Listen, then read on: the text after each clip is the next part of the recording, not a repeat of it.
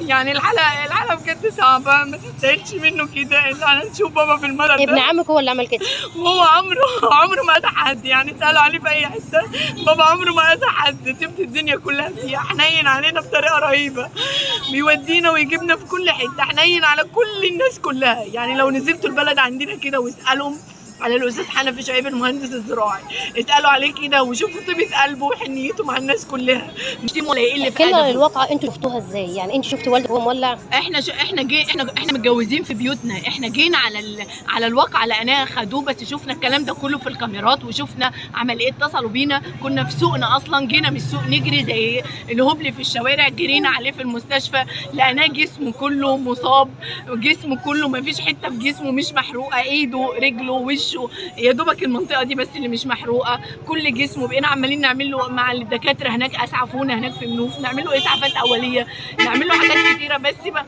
اللي كان كويس في منوف العام، اما جه هنا حالته اتدهورت خالص. الوضع صعب بالنسبة لكم انتوا لما شفتوه؟ كانش الدكاتره فهمونا ان هما في منوف العام ما كانش فيه مضاعفات لسه، يعني كان الحرق لسه بسيط، ما كانش فيه مضاعفات. اما جه هنا بقت فيه مضاعفات خطيره جدا، معظم الاجهزه بتاعته ما بقتش شغاله، جسمه كله يعني ربنا معاه.